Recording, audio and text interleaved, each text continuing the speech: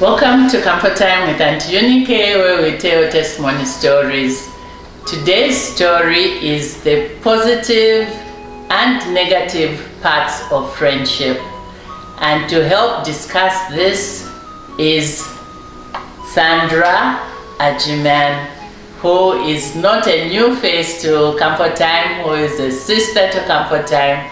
Sandra, welcome to Comfort Time yet again. Thank you so much, Auntie Mary. It's a pleasure to be here as always. You're such a positive impact. Thank you so much. So Sandra and I have discussed two other topics before. This was Easter and the other one was Mother Mary. And the links will show for those who would like to look at what we discussed earlier. So today's topic is friendship and who can be your friend. Anyone can be your friend. Even an animal can be your friend. I know people who love their pets, they love their cats, they love their dogs. So anyone can be your friend. But the one that we want to focus on is friendship amongst ourselves as human beings, and also friendship between parents and their children. So Sandra, I would like us to start with the issue of seeing we are mothers, issues of mother-children relationship. Do you have anything that you would like to share on that kind of relationship? Absolutely, Auntie Mary. Friendship is such a beautiful thing. First of all, being a parent is wonderful. You have companions in your children. And it's important, especially the way the world is structured today, that you become friends with your children. In the past, there were topics that were off limit for parents that you couldn't even discuss with your children. But as family systems have continued to change, you realize that there's no one to fill the gap, and you've got to be very upfront with your children. Oh yes. And so therein lies the need to be friends with your children. But as a parent, I would like to say that while you are, raising your children and being friends with them, you've also got to draw a line. You're there to be a shepherd. And therefore, as a shepherd to your children, you've got to draw that line where certain values must be respected. And I think it sets the boundary for respect, as much as love. You can ask someone to love you and they will not love you. So you can't expect it from anyone. It's something that should be given freely. But respect is very important. You're so right, Auntie Mary. Where you give respect to your parents, the natural thing that follows is love. Yes. They almost go hand in hand. But of course, when values are thrown out the window, then that level of respect is also gone out, and it can really crumble relationships. I've noticed that some mothers are scared to discipline their children because they fear that if I discipline them, if I'm hard on them, then I'll lose the love that they have for me. And I find that very sad. I've seen mothers, elderly mothers, who have said these educated children are different, are a problem, so I'd rather let them do what they want. Because if I don't, maybe they won't entertain me, maybe they won't allow me to come to their homes. And I think that's very sad. When we talk about parental love, parental respect, it's something that I think should come naturally, but unfortunately it does not. I will share a story of a mother, an elderly mother. She was more like a mother even to me.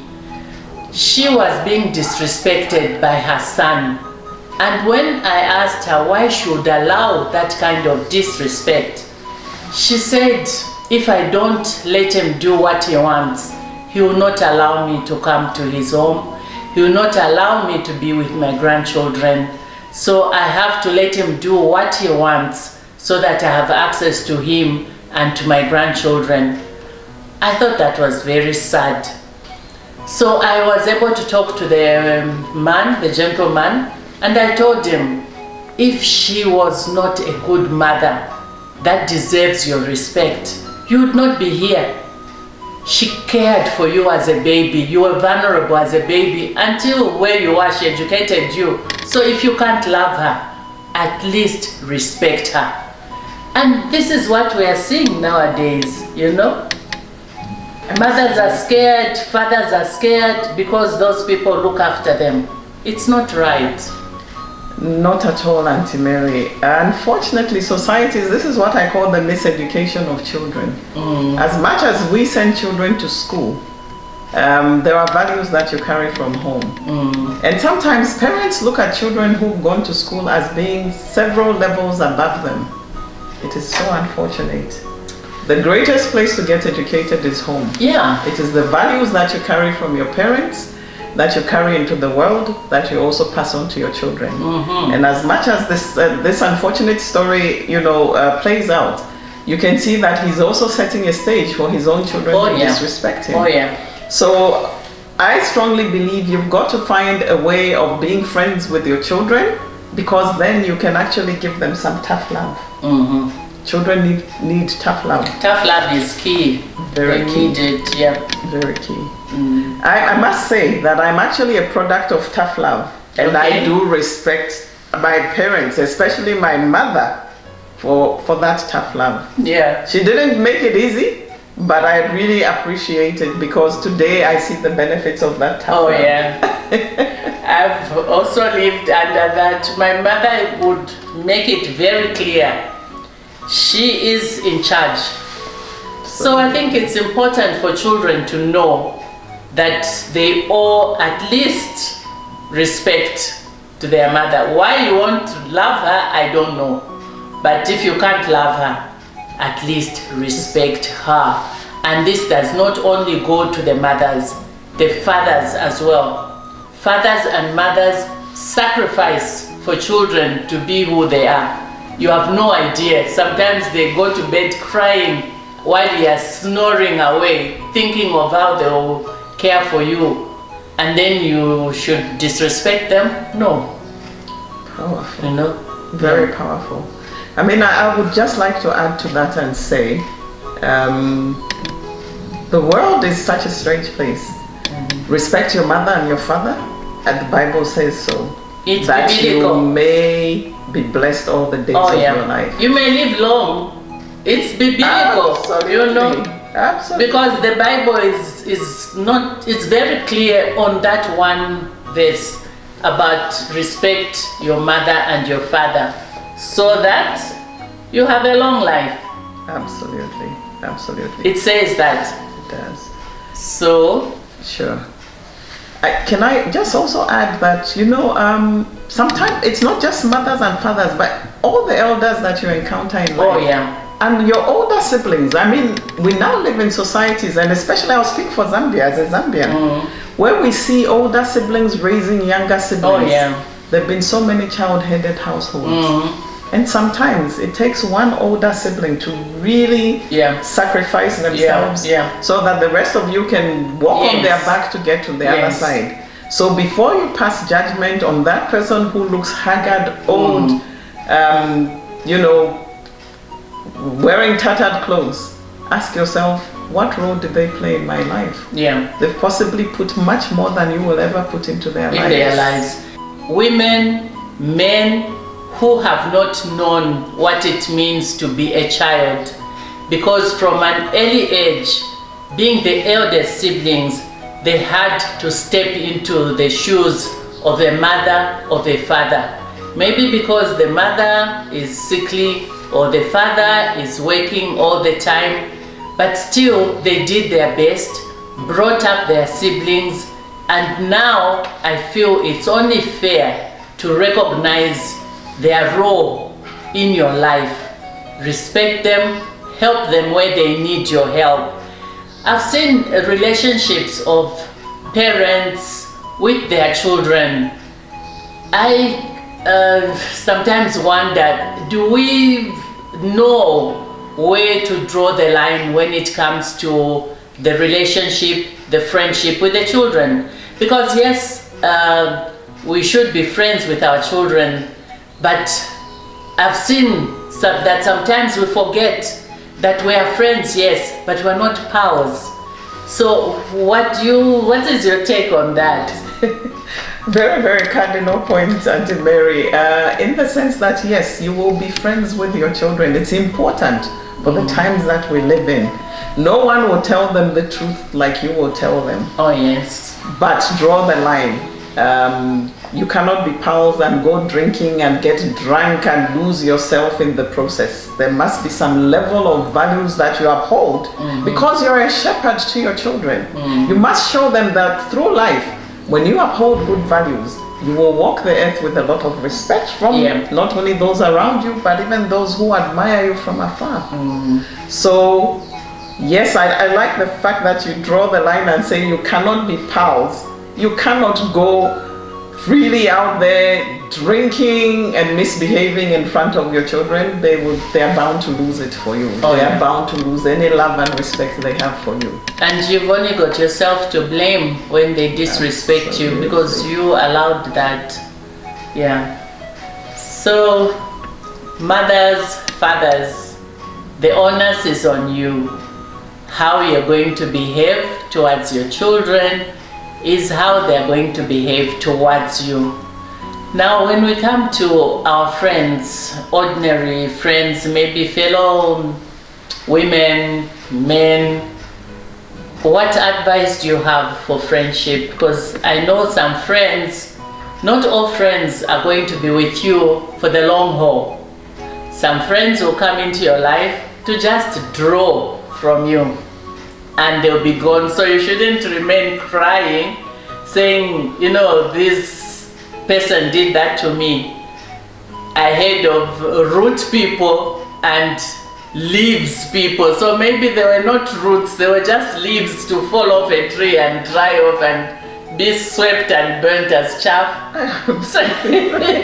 That's a beautiful narrative. I mean, it's actually so beautiful, and you sum it up very well, because life has all seasons.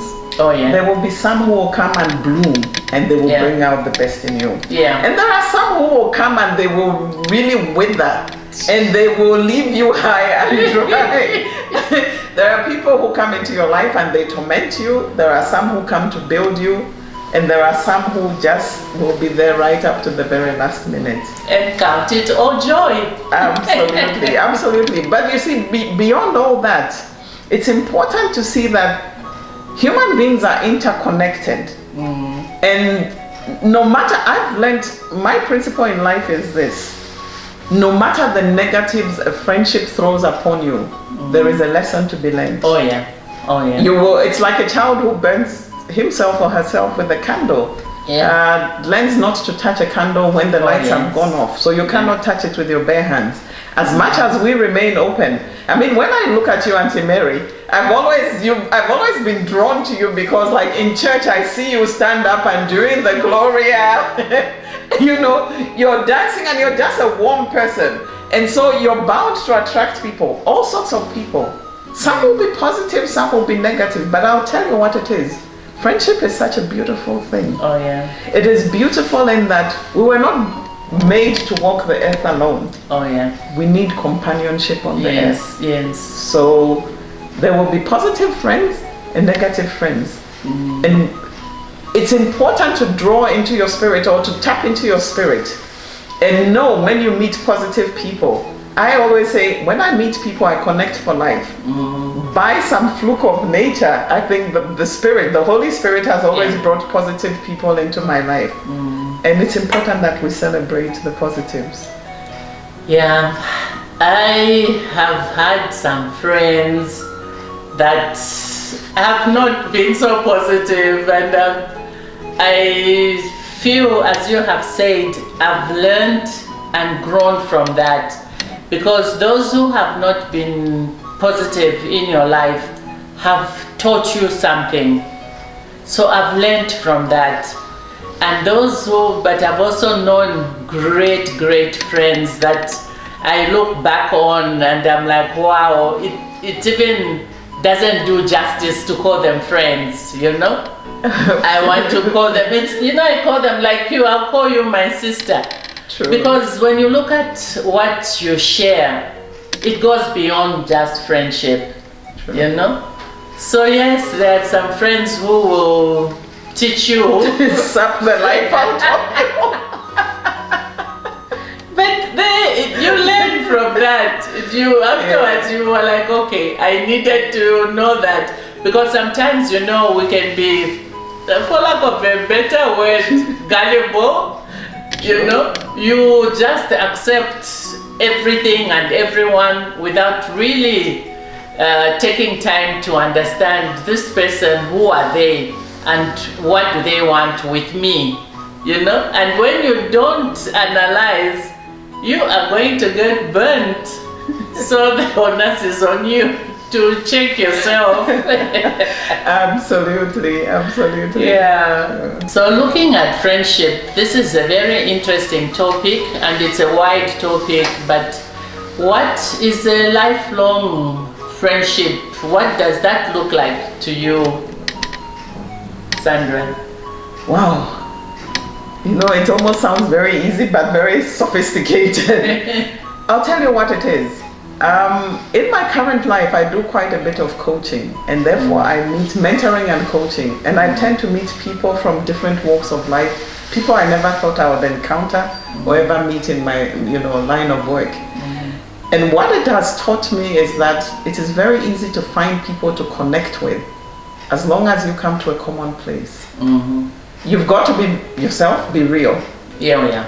As long as you're real. Yeah. And do not judge people. I think it's, at the end of it all, friendship is love expressed to people. A smile is, opens up warmth for friendship. Oh yeah. It's a universal language. Wherever you go, in every language, people will see a smile, and it opens up people to be warm and friendly towards you. So friendship is a very powerful, it's a gift. It is. It's a gift, but I also feel you've got to intellectually connect with people. You've got to spiritually connect with people. Spiritually, yeah. Absolutely. Yeah. There are people that have tried to worm their way into my life, and if I just don't have a spiritual connection, I will not pursue that friendship. Yeah. I'll be courteous, but I know how to draw back. Yes. Yeah.